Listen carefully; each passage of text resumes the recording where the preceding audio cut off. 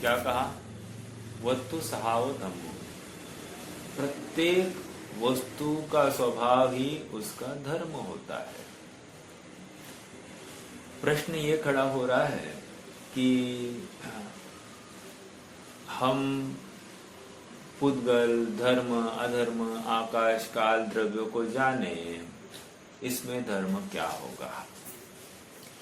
यहाँ पर कह रहे हैं कि ये सभी वस्तुएं तुम्हारे ज्ञान का ज्ञेय बनेगी, और जब ज्ञान का ज्ञेय बनेगी तो जैसा तुम वस्तु को जानोगे वैसा तुम्हारा ज्ञान होगा, और यदि विपरीत जानोगे तो तुम्हारा ज्ञान भी विपरीत, अर्थात तुम मिथ्या दृष्टि होगे। इसलिए वस्तु को जानना ये तुम्हारा आदि कर्तव्य है। और ऐसा नहीं ना कि तेरा आत्मा तुझे पृथक दिखाई दे रहा है और वो पुद्गल पृथक दिखाई दे रहा है, ऐसा नहीं है ना। मिलावट की अवस्था में ये प्राप्त हो रहे हैं। जब मिलावट की अवस्था में प्राप्त हो रहे, इसलिए ये सब समझाना पड़ता है कि ये पुद्गल है और ये जीव है। एक बात।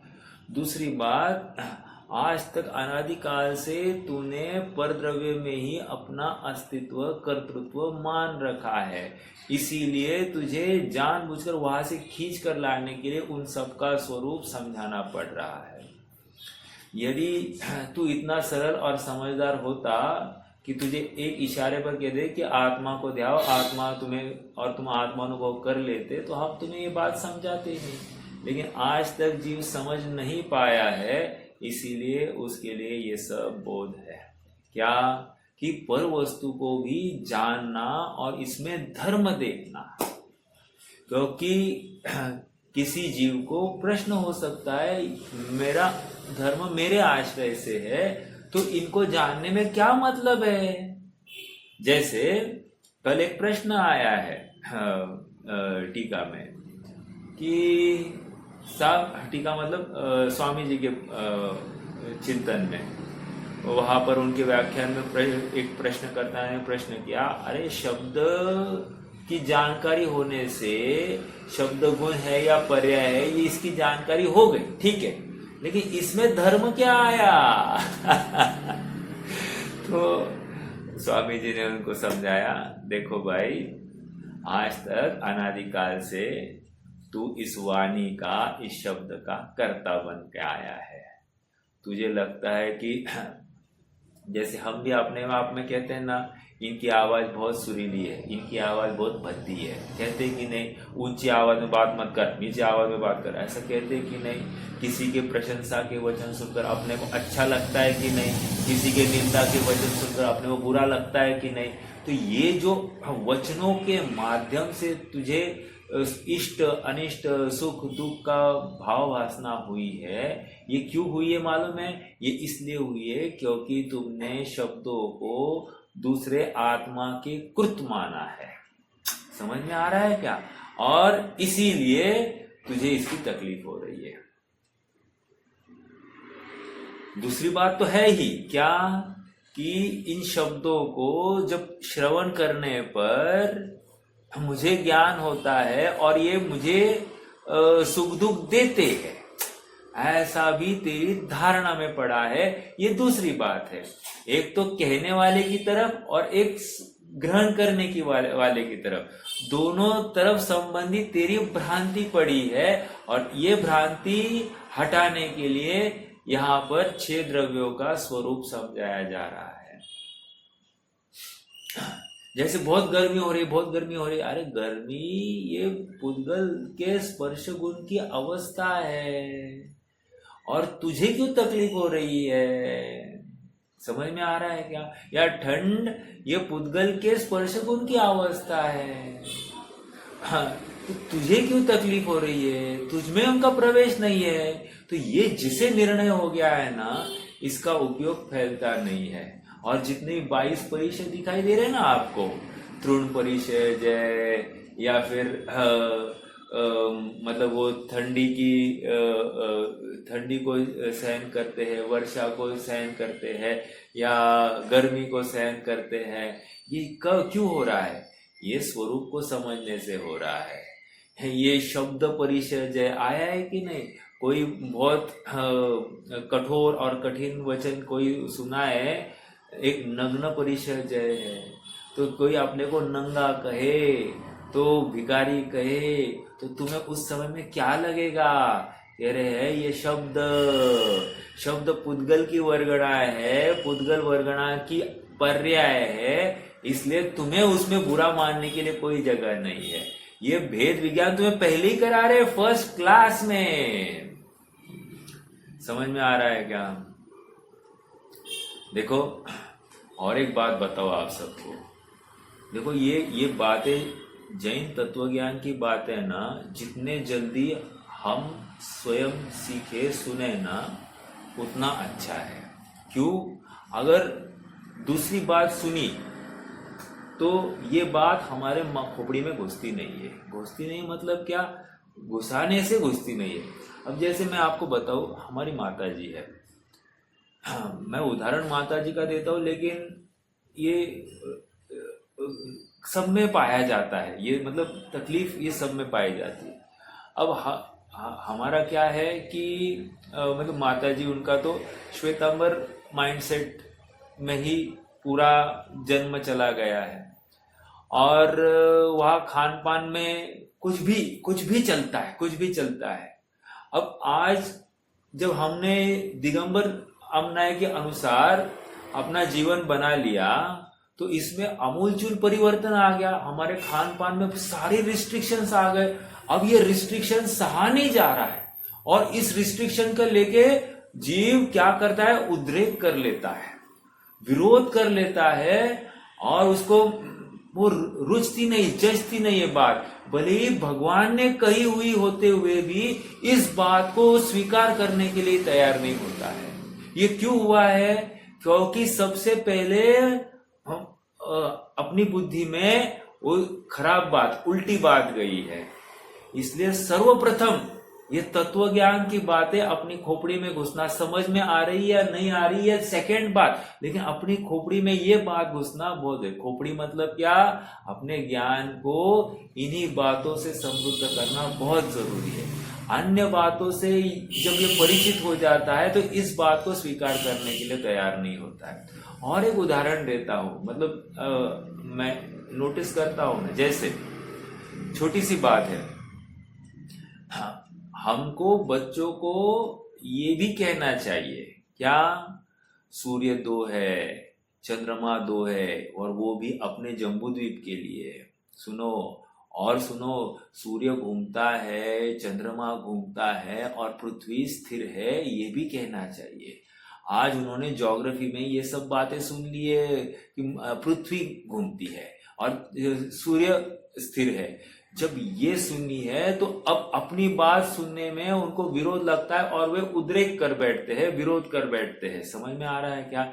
लेकिन इससे उल्टी बात होती कि भाई पहले उसने जिनागम का तत्व ज्ञान सुना होता, और फिर स्कूल में जाकर जो बातें सुनी है उनके यूनिवर्स संबंधी, तो क्या होता? आकर पूछता, आज हमको स्कूल में ये बोला है और यहाँ पर ये लिखा है, क्या माजरा है, ये पूछता।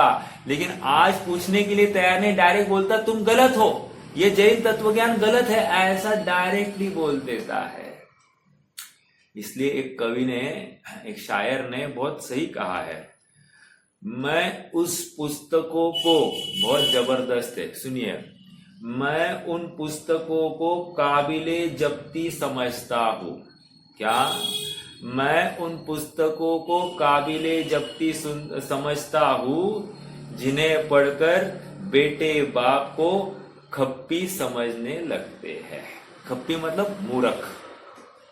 जिन्हें पढ़कर बेटे बाप को खप्पी समझने लगते हैं, अर्थात वो उससे आर्ग्यू करने लगते हैं, विरोध करने लगते हैं, तुमको समझता नहीं, तुम्हें अक्ल नहीं। ऐसा कहने की जो ताकत आ गई है आज जिन बच्चों में, ये क्यों आई है? क्योंकि गलत शिक्षा के माध्यम से ये सब कार्य हुआ है। इसलिए मुझे एक ही बात कहनी है, ये तत्वज्ञान की बात है, वस्तु स्वरूप की बात है, ये सर्वप्रथम हमारे जहन में बैठनी चाहिए। आज हमको भी तकलीफ क्यों हो रही है? अब मैं ये तो सब उदाहरण दिए, हमको भी ये तकलीफ कितनी हो रही है हमको बताइए। एक भी जन दिखाइए कि जो इस भाषा का स्वामी स्वयं को नहीं मानता होगा। एक भी जन दिखाइए जो खाते समय में ये मानता होगा कि मैं भोजन का स्वामी नहीं, मैं भोजन करता नहीं हूं। अपन अपने दिल पर हाथ रखकर विचार करें ना कि हम अपने स्तर पर कितना कर रहे हैं। एक भी जन दिखाइए जो ठंड के समय में या बहुत गर्मी हो गई तो ये शरीर की अपना अपना परिणाम है, पुद्गल का परिणाम है। आत्मा, अमूर्तिक आत्मा में, चेतन आत्मा में इसका लवलेश मात्र भी प्रवेश नहीं है, ऐसा विचार तब करता हो। नहीं ना हो रहा है, ये क्यों हो रहा है? उल्टी पट्टी पड़ी है, शरीर और मैं एक हूं। समझ में आ रहा है क्या? अर्थात गर्मी से असाता होती है और ठंड से असाता होती है। गर्मी कम होगी तो अच्छा होगा, ठंड कम होगी तो असाता होगी। ये इसकी उल्टी पट्टी पड़ी हुई है और इसको ये बात सबसे पहले सुनानी है। आप पकड़ रहे हैं क्या? तो अब कितनी बार सुनाएंगे? जब तक इसको समझ में नहीं आती तब तक सुननी पड़ेगी। क्यों? क्योंकि अनादिकाल से यही तो सुनते आया है। एक बात और देखिए, पहले बाल बोध की किताबें थी ना, तो उसमें क्या आता था मैं आपको बोलूं, जीव और अजीव का परिचय कराना था। तो मैं आपसे पूछता हूं, जीव और अजीव का परिचय कैसे कराना है? आपको एक छोटे बच्चे को जीव और अजीव का परिचय कराना है, कैसे बताएंगे आप? बोलिए।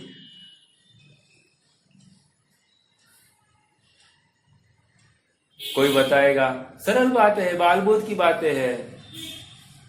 आपको परिचय कराना है, इससे आपको ख्याल में आएगा कि अपन क्या सोच रहे हैं, दूसरे को समझाते समय क्या समझाना, उसकी माइंडसेट कैसे बदलती है।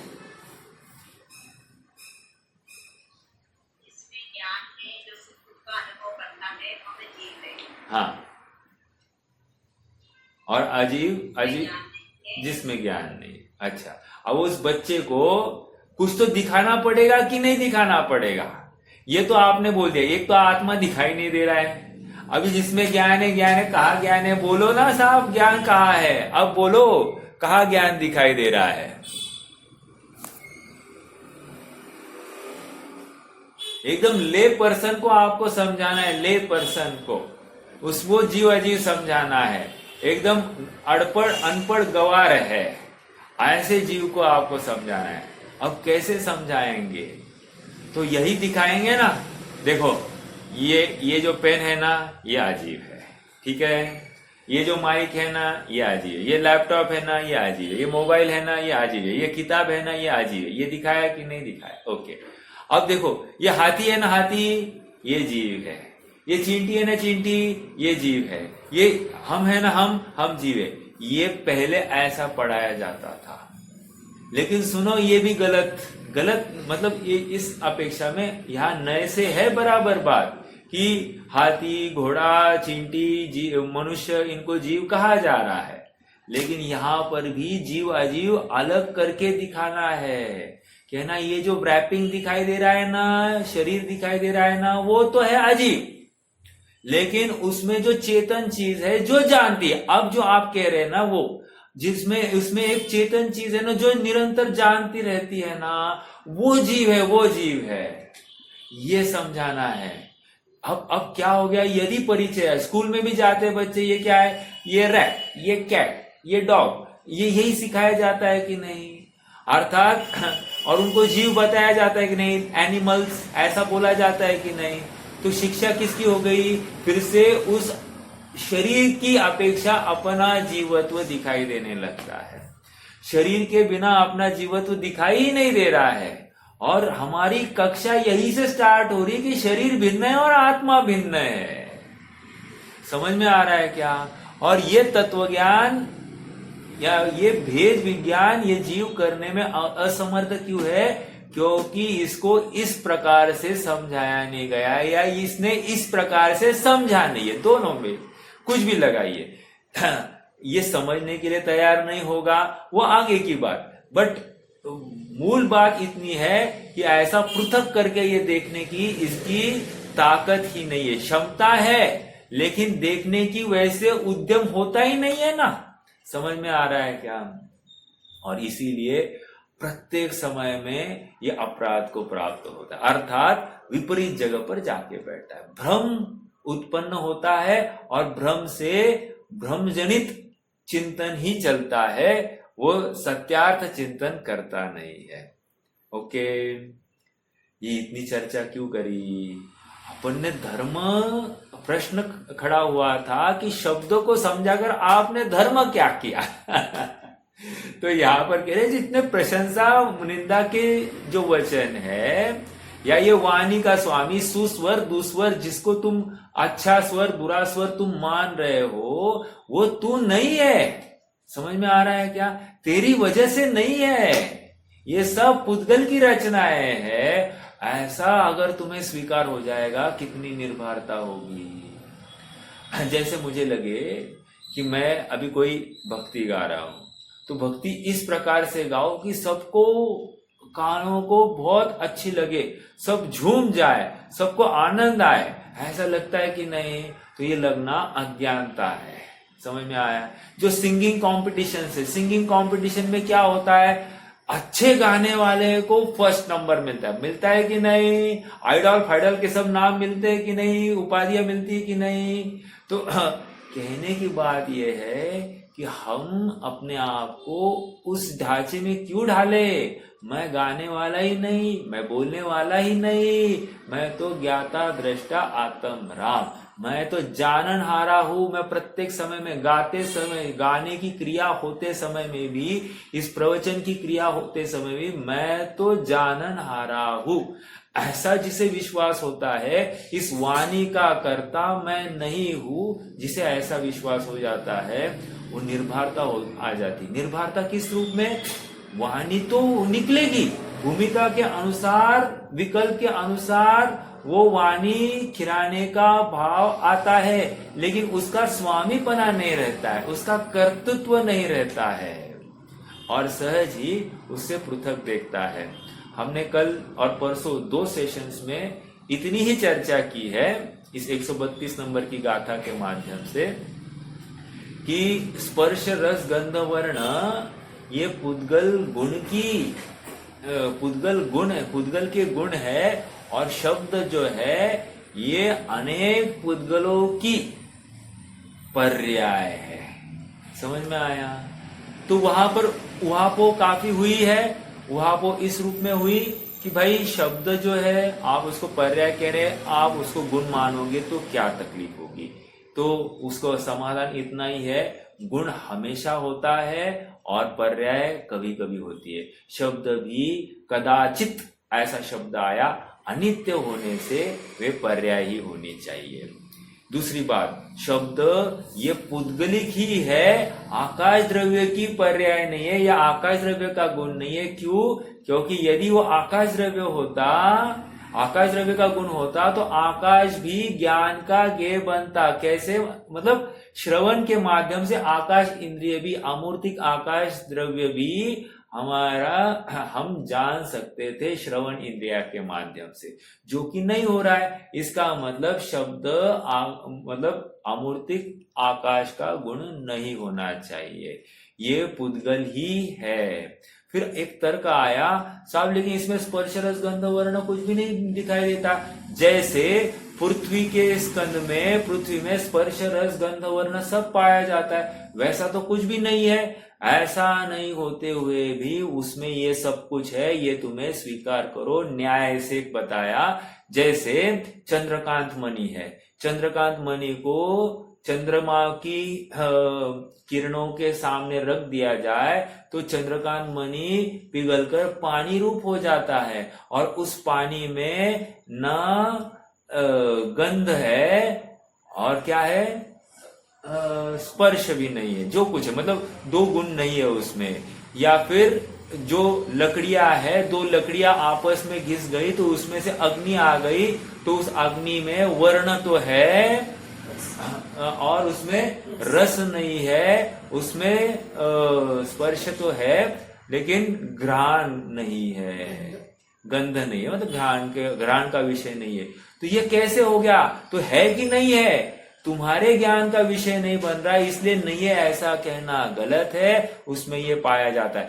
ठीक उसी प्रकार शब्द में स्पर्श रस गंध वर्ण पाया जाता है। समझ में आया? ये इतनी ही चर्चा हमारी 2 लेक्चर्स में हुई है, जो अभी अपन ने ले ली। अब किसी ने मिस कर दिए होंगे, बोले ग्रेट, हमारा तो 5 मिनट में काम हो गया। वाह, वेरी गुड, 5 मिनट में काम हो गया। लेकिन इसका भाव भाषण करना, शब्द पुद्गल द्रव्य की पर्याय, पुद्गल द्रव्य की पर्याय मतलब वो अनेक पुद्गल स्कंद की मिलकर एक अवस्था है। ठीक है। और एक बात कही थी, जैसे ये टाली बजी, तो टाली बजी तो ये टाली बजने से आवाज आई है या और कुछ है? तो कह रहे टाली बजने से आवाज नहीं आई है, यहाँ पर जो भाषा वर्गणाएं थी ना, उनके माध्यम से ये शब्द रूप परिणमित हुई है। इन 2 स्कंदों का कुछ नहीं है, इनका और उन भाषा वर्गणाओं का आपस में क्या है? अन्योन्याभाव है। समझ में आ रहा है क्या? ये सारी चर्चाएं अपनी हुई विगत 2 कक्षाओं में। ठीक है, अब थोड़ा सा आगे बढ़ने का वक्त आ गया है। थोड़ी सी बात बची 132वीं गाथा की, उसको कंक्लूजन में पढ़ लेते हैं। जिसका छूट गया है उसको प्रमेय फिर से मिल जाएगा और फिर अपन 133वीं गाथा में प्रवेश करेंगे। देखो क्या कह रहे हैं। हाँ, पेज नंबर 192। मूल गाथा में तो मिल रहा है क्या? बीचों बीच नीचे मूल गाथा में तो मात्र इतना ही कहा है कि चाहे इंद्रियों के माध्यम से पकड़ में आवे या नहीं आवे, सूक्ष्म से सूक्ष्म और स्थूल से स्थूल सभी पुद्गलों में स्पर्श रस गंध और वर्ण, ये 4 गुण अवश्य पाए जाते हैं और ये गुण पुद्गल की पहचान के चिन्ह है, स्वरूप है, लक्षण है। इतना क्यों समझा रहे हैं? ये इतना क्यों समझा रहे हैं? पुद्गल को इतना क्यों समझा रहे हैं? जीव को तो कुछ भी नहीं समझाया और पुद्गल को समझा दिया फटाफट। क्यों? क्योंकि इसने पुद्गल को ही अपना मान लिया है। यही पुद्गल का स्वामी बन के बैठा है, राजा बाबू। समझ में आ रहा है क्या? ये मैं काला, मैं गोरा, मैं दुबला, मैं मोटा, मैं जवान, मैं बूढ़ा, ये क्या है? ये सब पुद्गल अपेक्षा से अपने को मान रहा है। ज्ञाता दृष्टा आत्म राम मानता ही नहीं है। प्रत्येक अवस्था में मैं जानन हारा हूं, इसे ये स्वीकार ही नहीं हो रहा है। और ये अभ्यास निरंतर है, निरंतर करना पड़ेगा। देखो मैं ये नहीं कहता कि ओवरनाइट आप 24 घंटा इसी को फॉलो करने लगोगे, लेकिन करत करत अभ्यास के जड़मती होए सुजान, रसरी आवत जात है सिल पर पड़े निशान। ये कब होगा? अरे धीरे धीरे आप करो, अभ्यास तो करो। और देखो निर्णय तो एक ही बार हो जाता है, लेकिन अभ्यास की कंटिन्यूटी अनेक बार होती। मैं क्या कह रहा हूं, आप समझ रहे क्या? निर्णय पृथकता का तो कभी एक झटके में हो गया, लेकिन अभ्यास बारंबार होता है, क्योंकि संस्कार ऐसा अनादि से पड़ा है। राइट? आप पकड़ रहे मेरी बात को? चलिए आगे बढ़ना है। हाँ, यद्यपि शब्द कर्मेंद्रिय के विषय है, तथापि शब्द पुद्गल के गुण नहीं है, अपितु भाषा वर्गणा रूप अनेक पुद्गलों की मिली हुई समान जातीय द्रव्य पर्याय। अंडरलाइन दिस, समान जातीय द्रव्य पर्याय। मेरा एक प्रश्न है आप सबसे, एक आध एग्जाम्पल असमान जातीय द्रव्य पर्याय का आपको देना है। कौन देगा असमान जातीय द्रव्य पर्याय?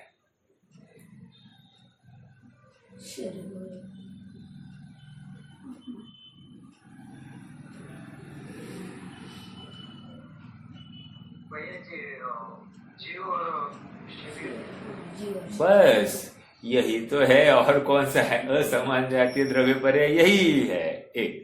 अब जितनी भी मिलेगी अभी पर्याय आपको, जैसे दूध और पानी, जैसे तिल और उसका तिल का दल और तिल में पाया जाने वाला तेल, ये सभी समान जातीय द्रव्य पर्याय है। पकड़ में आ रहा है क्या? दूध और पानी समान जातीय द्रव्य पर्याय, लेकिन जीव और पुद्गल ये दोनों की असमान जातीय द्रव्य पर्याय। बाकी अन्य के साथ द्रव्य पर्याय बनती है क्या? धर्म अधर्म आकाश काल, नहीं, उसका कोई संबंध ही नहीं है, तो उनकी बात ही नहीं आती है। तो दो, एक तो समान जाति द्रव्य पर्याय, नहीं तो असमान जाति द्रव्य। समान जाति द्रव्य पर्याय सभी पुद्गलों में ही होती है, और असमान जाति द्रव्य पर्याय जीव द्रव्य और अजीव द्रव्य मतलब पुद्गल द्रव्य में ही होती है। ठीक है, चलिए आगे बढ़ना है।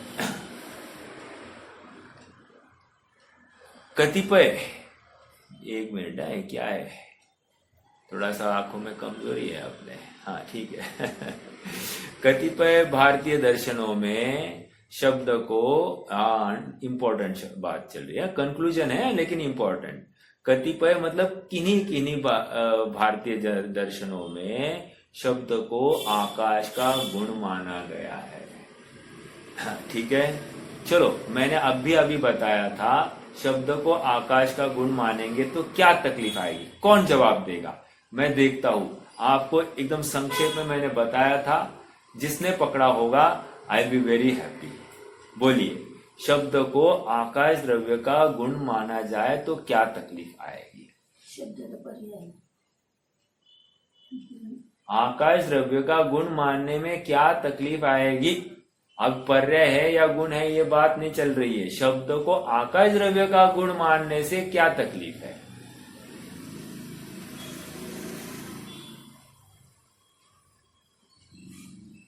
आकाश द्रव्य और मूर्ति है जो मूर्तिकता का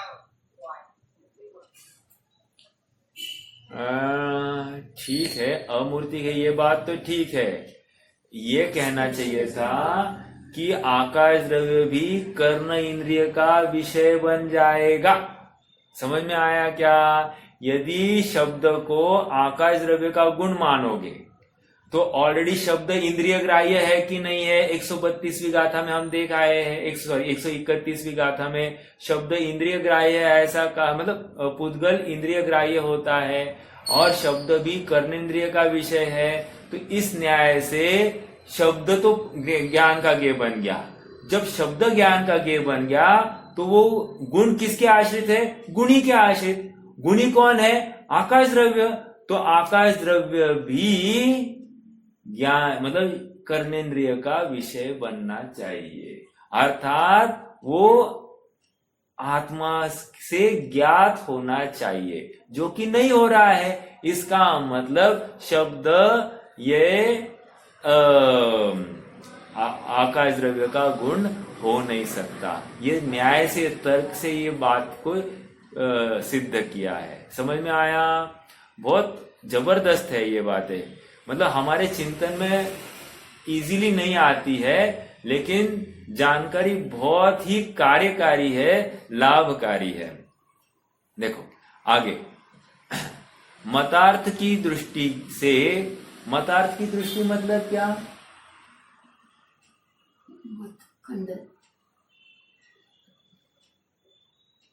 एक होता है शब्दार्थ, एक होता है आगमार्थ, एक होता है मतार्थ, एक होता है नयार्थ और एक होता है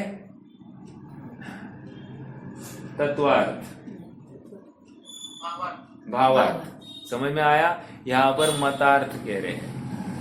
पढ़िए, मतार्थ की दृष्टि से टीकाकारों ने सयुक्ति सिद्ध किया है कि शब्द किसी अमूर्त द्रव्य का गुण नहीं है। मतार्थ मतलब क्या? अन्य ग्रंथों में भी आपको इसी का आधार मिलेगा, क्योंकि शब्द कर्ण इंद्रिय का विषय बनता है। यदि शब्द आकाश का गुण होता तो गुणी आकाश को भी कर्ण इंद्रिय का विषय बनना चाहिए था, क्योंकि गुण और गुणी के प्रदेश अभिन्न होते हैं। समझ में आ रहा है क्या? आगे, गुण और गुणी के प्रदेश अभिन्न होते हैं मतलब क्या? ये तो सभी द्रव्य मानते हैं क्या कि जहां पर गुण है वहां पर गुणी होना चाहिए। ठीक है, तभी तो बात ये सिद्ध होगी। नहीं तो जो वैशेषिक मत मानता है कि ज्ञान अलग है और आत्मा अलग है, तो फिर उनसे कैसी बात होगी। या जो बौद्ध मत मानता है कि बुद्धियादि गुणा उच्छेदा मोक्षा, अर्थात गुणों का, बुद्धि आदि गुणों का उच्छेद होना, उसको हम मोक्ष मानते हैं, तो क्या होगी बात। वैसे मैं आपको पूछूं और एक बात, बुद्धियादि गुणा उच्छेदा मोक्षा ये हम अपनी अपेक्षा से घटित कर सकते हैं क्या? बुद्धि का उच्छेद होना, इसको मोक्ष कहना है। आप में से कौन इस बात को अपने तत्वज्ञान के अनुसार यस दिस इज राइट ऐसा प्रूव कर पाओगे? ज्ञान का आवरण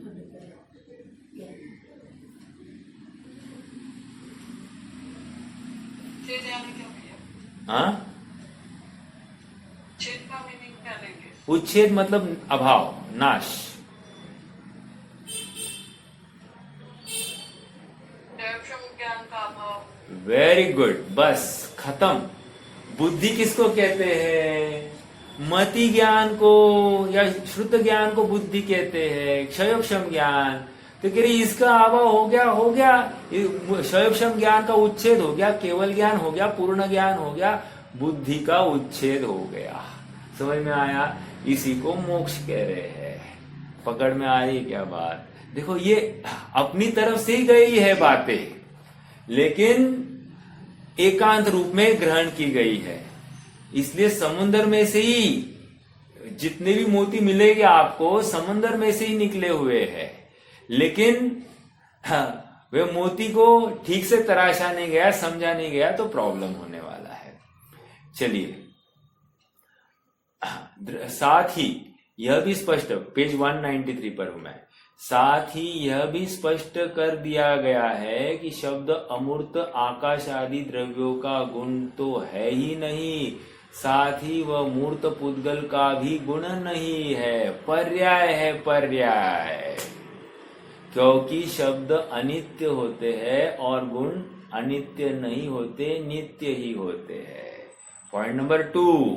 अभी तीसरा, कुछ लोग कहते हैं शब्द अकेले कर्ण इंद्रिय का विषय क्यों है, पांचों इंद्रिय का विषय क्यों नहीं है। उनसे कहते हैं कि स्पर्शादि गुण भी तो एक एक इंद्रिय के ही विषय है, सभी इंद्रियों के नहीं। तो फिर शब्द ही क्यों सभी इंद्रियों का विषय बने। तीसरा पॉइंट मिला। टीकाओं में उक्त बातों को अनेक युक्तियों और उदाहरणों से सिद्ध किया गया है, जिसमें चंद्रकांत मणि, अरणी एवं जौ का उदाहरण दिया है। चंद्रकांत मणि का तो मैंने दे दिया। अरणी मतलब लकड़ी, 2 लकड़ियां, उसमें स्पर्श रस गंध वर्ण दिखाई दे रहा है कि नहीं? आपको दिखाई दे रहा है। फिर उसमें से अग्नि प्रकट हो गई, तो जो अग्नि प्रकट हो गई उसमें क्या दिखाई दिया? वर्ण दिखाई दे रहा है, स्पर्श दिखाई दे रहा है, लेकिन उस अग्नि में गंध नहीं दिखाई दे रही है। उस अग्नि में और क्या दिखाई नहीं दे रहा है? हाँ, वर्ण तो है, रस नहीं दिखाई दे रहा है। हाँ, रस नहीं दिखाई दे रहा है। तो ये नहीं दिखाई दे रहा ना, जबकि लकड़ी के इसमें था। तो इस न्याय से हमको नहीं दिखाई दे रहा, इसका मतलब उस अग्नि में स्पर्श रस गंध वर्ण सभी होते ही है। ऐसा नहीं है कि कुछ कुछ है कुछ नहीं है। ठीक है, हाँ जी, सभी इंद्रियों के नहीं, तो फिर शब्द ही क्या सभी इंद्रियों का विषय बने। टीकाओं में उक्त बातों को अनेक युक्तियों और उदाहरणों से सिद्ध किया गया है। उनमें चंद्रकांत मणि, अरणी एवं जौ। जौ मतलब क्या है? ये अनाज है। अनाज खाने से क्या होता है? गैस होता है। अब जो गैस हो गई है, उसका गंध, उसका रस, ये कुछ भी ज्ञात नहीं है। तो कह रहे ये जो गैस हुआ है, तो उसमें स्पर्श रस गंध वर्ण सभी पाए जाएंगे, ये कह रहे हैं यहाँ पर। ठीक है, हाँ, तो ये 3 उदाहरण दिए। स्पर्शादि गुण मूर्त द्रव्य पुद्गल के गुण है। कंक्लूजन, यह बात तो निर्विवाद है, अतः इस पर तो विशेष कुछ कहने की आवश्यकता ही नहीं है, किंतु शब्द के बारे में विवाद है, अनेक मत है, इस कारण उसकी चर्चा विस्तार से की गई है। ऑन एंड होल हमको इतना ही समझना है, जो जो दिखाई दे रहा है वह मैं नहीं हूँ, वो मेरा है नहीं, मैं उसका स्वामी नहीं। समझ में आ रहा है क्या? जितना भी परिकर अपने दिख रहा है, ये मेरा अच्छा, ये मेरा बुरा, ये जो कुछ हमको लग रहा है, कह रहे हैं ये भेद विज्ञान का विषय है। ओके, आत्मा में इनकी सर्वथा नास्ति है। समझ में आ रहा है? अब बढ़ आएगा वापस। चलिए अगली गाथा की तरफ बढ़ना है। कोई प्रश्न है क्या इस गाथा संबंधी तो पूछ सकते हैं, नहीं तो फिर अगली गाथा। अगली गाथा भी जबरदस्त है, बहुत सरल है, लेकिन मजा आएगा आपको। आपको लगेगा अरे हाँ मजा आ रहा है। बोलिए, कोई प्रश्न है 132 में? नहीं, आगे बढ़ेंगे। चलिए 133 और 134 नंबर की गाथा।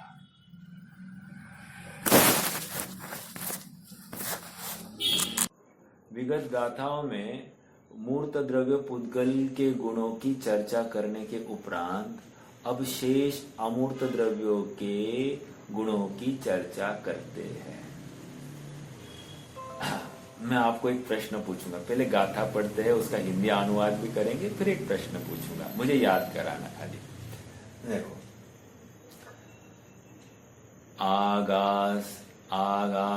आगासवगाहो धम्मा हवस गमन हेदुत्तम धम्मे दरदवसदु गुणो पुनो ठान कारण दा कालस्य वर्तनासे गुणव ओगोति अपनो भणिदो णेया संख्यवादी गुणा हि मुत्तपहीनाणम्।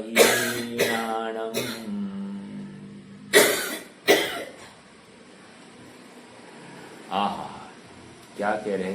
गुणा ही मुत्तपहीनानम, मतलब क्या? मूर्तत्व से हीन जो है उनके गुणों की चर्चा हम कर रहे हैं। समझ में आया? पहली बात, गुणा ही मुत्तपहीनानम, जो मूर्तत्व से हीन है, हीन मतलब जो अमूर्तिक है, ठीक है, जिनमें मूर्तिकपना नहीं पाया जाता, उनके गुणों की हमने चर्चा की है। क्या है? देखो ऊपर से 133 की पहली पंक्ति, आगासवगाहो। चलो पहले ही हरि गीत पढ़ना है क्या? हरि गीत पढ़ते हैं, फिर उसके बाद में ये आकाश का अवगाह धर्माधर्म से गमनागमन स्थान कारणता कहे ये सभी जिनवर देव ने उपयोग आत्म राम कार वर्तना गुण काल का है अमूर्त द्रव्यों के गुणों का कथन यह संक्षेप में। कितना एकदम इजीली रख दिया है सब बातें।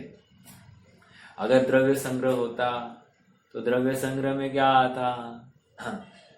ठान जुदान अधम्मो और गई परिणयान धम्मो, गति परिणमन में धर्म, ठान जुदान स्थान देने मतलब रुकने में अधर्म द्रव्य। ठीक है, अवकाश में आकाश द्रव्य और वर्तना हेतुत्व काल द्रव्य। यही बात यहाँ पर है। देखो वहां 4-4, 5-5 गाथाएं लगाई, या एक गाथा में काम कर दिया। देखो आगासवगाहो, आकाश द्रव्य का क्या है?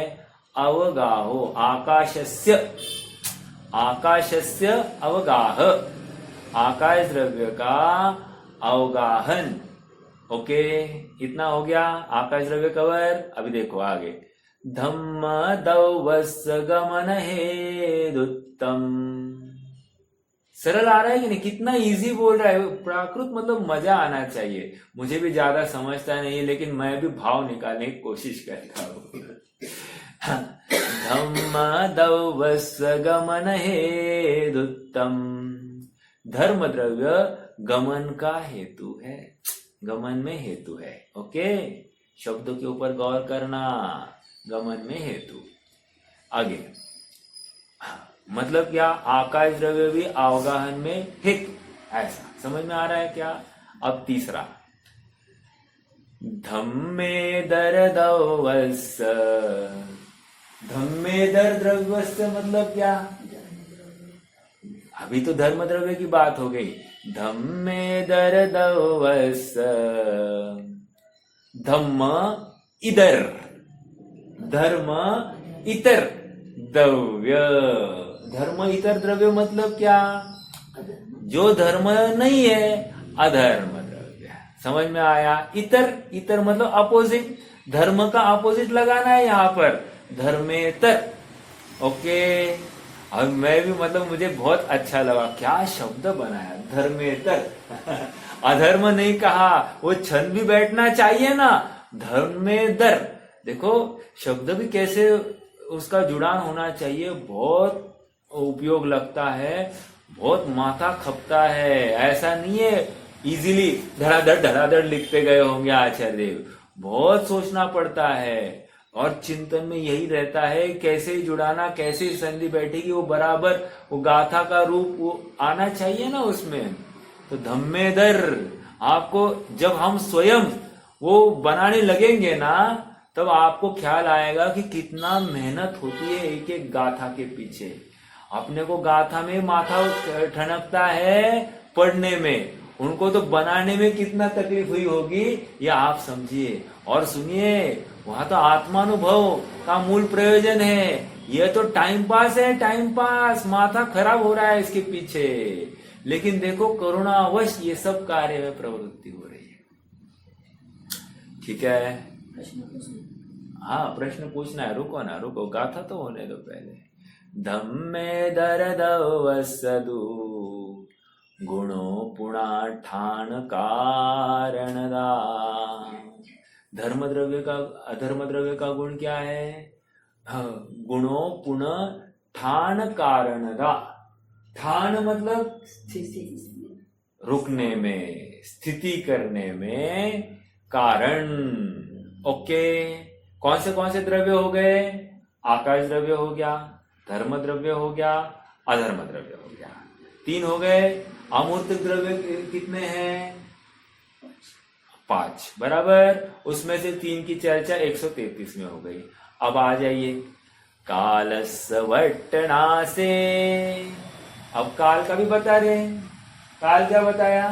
कालस्वट्टना से। वट्टना मतलब काय? वाटायचं। वट्टना मतलब वर्तना, वर्तना, वर्तना हेतुत्व, ये क्या है?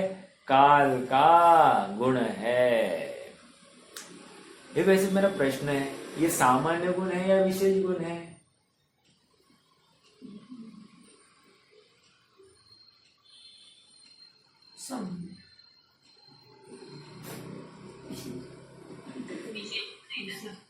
अरे विशेष गुण है, हम गुणों की पहचान कर रहे हैं।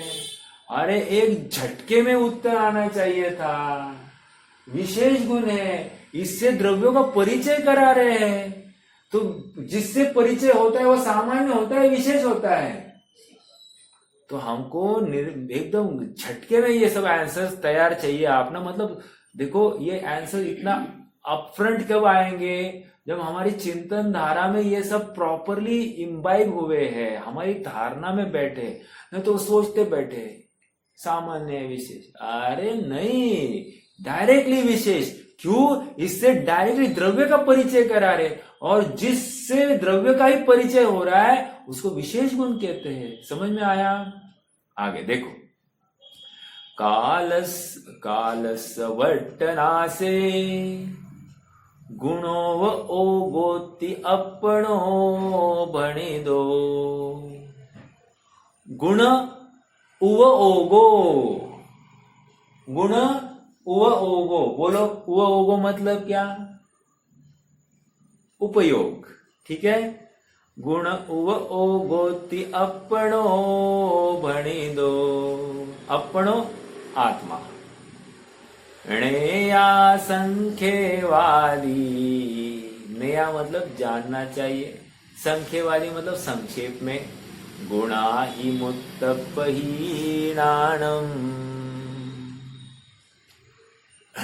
संक्षेप में ये मुत्तपहीनानम, मुत्तपहीनानम मतलब क्या कहा था? मूर्तहीन, मूर्तहीन मतलब अमूर्ति। समझ में आया? हाँ, देखो ये 133 और 134 कितना सरलता से उन्होंने 5 द्रव्यों को के गुणों की चर्चा की, विशेष द्रव्यों की। इससे क्या हो रहा है? द्रव्यों का परिचय हो रहा है। ठीक है साहब, द्रव्यों का परिचय होगा, लेकिन मुझे तो आत्मानुभव करना है ना। आत्मानुभव करना है तो मुझे इन द्रव्यों की खिचड़ी में क्यों पढ़ना है? अरे बराबर है, खिचड़ी ने नहीं पढ़ना है, लेकिन तू खिचड़ी कर बैठा है ऑलरेडी खिचड़ी कर बैठा है, तभी तो तुझे समझाना पड़ रहा है। अभी अभी हमने तुझे पुद्गल के बारे में बताया कि तू स्वयं को शरीर वाला मानता है, तू स्वयं को काला मानता है, स्वयं को गोरा मानता है, स्वयं को मोटा मानता है कि नहीं मानता है? तू स्वयं को एकदम सुमधुर आवाज वाला मानता है, मेरा आवाज बहुत खराब है, मेरा आवाज बहुत अच्छा है, कहता है कि नहीं करता है? मेरा आवाज ऊंचा है, मेरा आवाज धीमा है, कहता है कि नहीं कहता है? तो ये सारी बातें क्या है? तेरी पुद्गल द्रव्य में तेरी कैसी प्रवृत्ति है, ये तुझे दिखाने के लिए, जो कि तू है नहीं और तू उसे अपना मान रहा है। समझ में आ रहा है? आगे अब यहाँ पर उसी तर्ज पर अब अन्य द्रव्य में तूने क्या एंट्री की है, कैसा उनको उनका कार्य तूने अपने माथे ले लिया है, ये दिखा रहे हैं। आकाशस्सवगाहो, आकाश का अवगाह, धर्म द्रव्य का गमन हेतुत्व, अधर्म द्रव्य का गुण स्थान कारणता है, काल द्रव्य का वर्तना और आत्मा का गुण उपयोग कहा गया है। इस प्रकार अमूर्त द्रव्य के गुण संक्षेप में जानना चाहिए। आपको क्या लगता है कि ये गुण दिखा दिए, तो अब हमको क्या करना चाहिए? अर्थात आज तक हम क्या कर रहे थे? मेरा तो प्रश्न ये है, आज तक हमने इनके बारे में क्या किया था? कोई बताएगा? वैसे अपनी चर्चा हुई है पहले थोड़ी बहुत, बट आप इस आज परिप्रेक्ष्य, हाँ बराबर बराबर, लेकिन ये हमको क्यों सुनाई जा रही है? आत्मा को क्यों? देखो और एक बात बताओ, वैसे धर्म अधर्म आकाश काल इनका तो आत्मा के साथ परिचय भी नहीं है, ना बाधक है ना साधक है देखा जाए तो, ठीक है? तो फिर इनका परिचय, अब चलो पुद्गल का तो हम मान लेते कि इसको अपना मान रहा है, लेकिन धर्म अधर्म आकाश काल में क्या हो रहा था ऐसे कि हमको उसका भी ज्ञान कराया जाना चाहिए।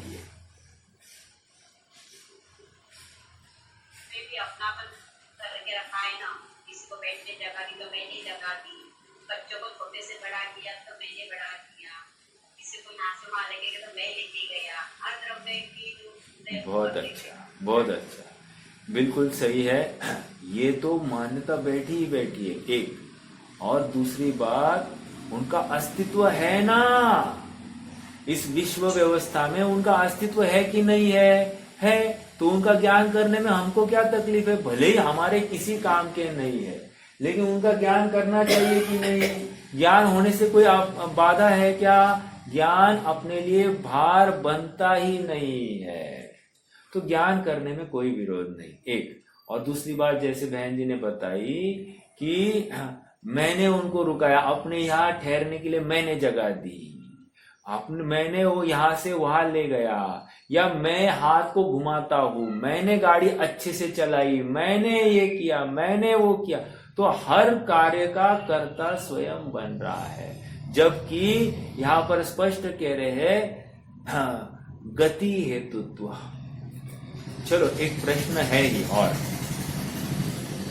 आपको अभी मूर्तिक द्रव्य का भी गुणों का ज्ञान हो गया, स्पर्श रस गंध वर्ण, ओके, और शब्द रूपी पर्याय। फिर आपको अधर्म द्रव्य, धर्म द्रव्य, आकाश द्रव्य, काल द्रव्य और जीव द्रव्य, इनके भी गुणों का ज्ञान हो गया। अधर्म द्रव्य का क्या है? स्थिति कारण। धर्म द्रव्य का क्या है? गमन कारण। आकाश द्रव्य का अवगाहन कारण, काल द्रव्य का वर्तना कारण और जीव का चेतनापना।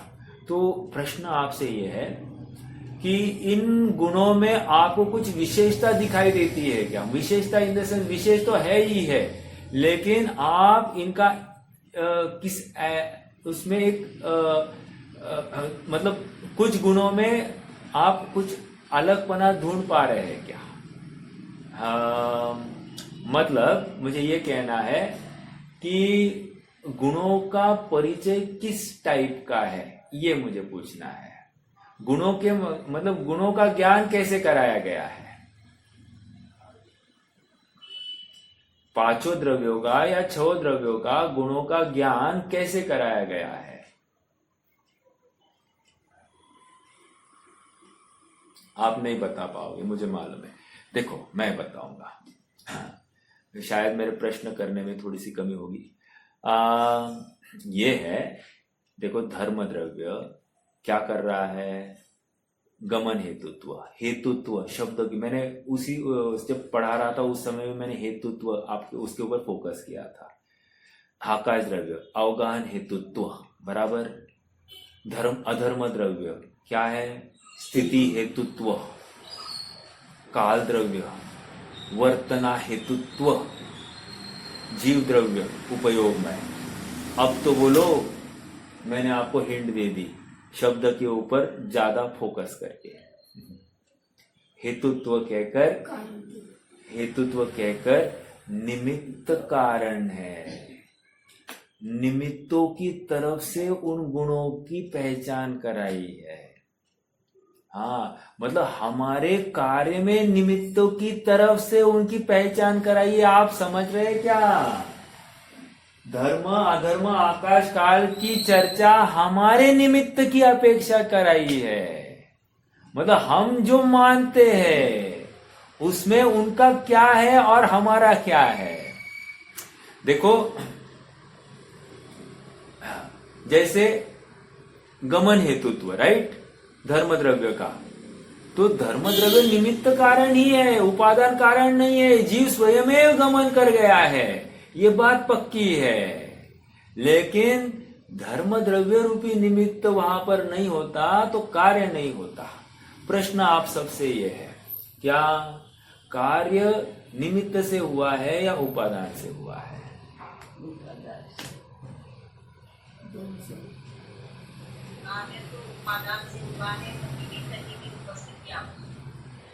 इसका मतलब आपको ये कहना है क्या निमित्त का योगदान 100% है और उपादान का योगदान भी 100% है?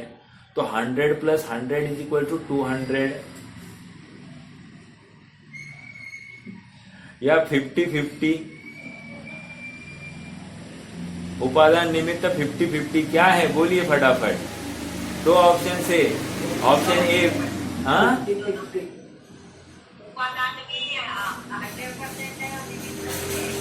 देखो आपको अभी तुक्का लगा रहे हैं आप। चलो बोल तो देते हैं। हाँ, यस, 100% अर्थात 200% बोलो उसको। 50-50 नहीं बोलना है। आधा काम निमित्त ने किया, आधा काम उपादान ने किया, ऐसा नहीं है। उपादान ने 100% अपना काम किया है, निमित्त ने 100% अपना काम किया है। अच्छा, तो निमित्त ने 100% क्या काम किया है साहब? साथ में रहा है उपादान के। निमित्त ने निमित्त भूत ही रहा रहकर 100% योगदान दिया है। वो उपादानगत परिणाम नहीं किया है, यही उसका 100% योगदान है। हाँ, हमको लगता है कि नहीं नहीं, निमित्त देखो तकलीफ क्या है, निमित्त तो होना चाहिए। हम जो निमित्त की खोज में चल रहे हैं, अर्थात निमित्त से कार्य होता है, ये हमको लग रहा है। अर्थात निमित्त कर्ता रूप कारण के रूप में हम निमित्त को देख रहे हैं, जबकि निमित्त वहां पर उपस्थित कारण के रूप में है, उपस्थित। और सुनिए, निमित्त तो वैसी कोई भी चीज नहीं है। देखा जाए तो प्रत्येक चीज निमित्त है, और देखा जाए तो कोई भी चीज निमित्त है ही नहीं। हाँ, समझ में आ रहा है क्या? इतनी बात क्यों कर रहा हूं? यहाँ पर आकाश, धर्म, अधर्म और काल, इनका परिचय निमित्त सापेक्ष कराया गया है। अर्थात जीव कहीं ना कहीं समय की नाप करता है, तो समय की नाप में काल द्रव्य निमित्त खड़ा है। या जीव कहीं ना कहीं गमन में गमन करने की भावना रखता है, उसमें कहीं ना कहीं धर्म द्रव्य निमित्त है। जीव कहीं ना कहीं स्थिति करने की कल्पना करता है, तो उसमें अधर्म द्रव्य निमित्त है, निमित्त है। और जीव कहीं ना कहीं स्थान करने की भावना करता है क्षेत्र की अपेक्षा, वहां कहीं ना कहीं आकाश द्रव्य निमित्त है। लेकिन ये मानता नहीं, ये पूरा 100% अपने को मानता है, निमित्त को गिनता ही नहीं है, और ये अपराध हो गया। समझ में आ रहा है क्या? ये अपराध है कि अपन पर को कुछ गिने ही नहीं, और यहां पर कह रहे उनके बिना कार्य संभव नहीं। निमित्त के बिना कार्य होता ही नहीं है, लेकिन निमित्त से भी कार्य होता नहीं है। इसको कैसे बताया जाता है मालूम है क्या? देखो, कार्य से कारण की सिद्धि, क्या कहा? कार्य से कारण की सिद्धि तो होती है। कार्य से कारण की सिद्धि मतलब क्या? जैसे गमन हो गया, है ना? तो गमन क्यों हो गया? तो कह रहे हैं वहां पर धर्म द्रव्य है गमन के लिए हेतु, बराबर। इसलिए कार्य से कारण की सिद्धि, वहां पर निमित्त कारण की सिद्धि हो गई। ओके। और कारण से कार्य की उत्पत्ति होती है। अब ये क्या है? निमित्त न लेते। कारण से कार्य की उत्पत्ति मतलब कह रहे हैं, कारण क्या है? यहां पर उपादान लेना, ठीक है? उपादान कारण से कार्य होता ही होता है। जब भी ज्ञान होगा आत्मा में ही होगा। समझ में आ रहा है क्या? तो कारण कौन और कार्य क्या है? कार्य ज्ञान, कारण आत्मा। समझ में आ रहा है क्या? तो कारण से कार्य की सिद्धि और कार्य से कारण की आई एम वेरी सॉरी, कारण से कार्य की उत्पत्ति और कार्य से कारण की सिद्धि। दो बातें समझ में आई कि नहीं आई? कंफ्यूजिंग लगती है शब्द। फिर से, कार्य से कारण की होती है सिद्धि और कारण से कार्य की उत्पत्ति होती है। समझ में आया? जैसे सूरज है, सूरज क्या है? कारण, और कार्य क्या है? प्रकाश। समझ में आया? या फिर क्या कहेंगे, ये जो कमल का फूल जो खिला है, तो सूरज कारण और ये इसका खिलना कार्य। तो कारण से कार्य की सिद्धि, ये एक बात हो गई। और दूसरी बात क्या कही थी? कार्य से कारण की सिद्धि।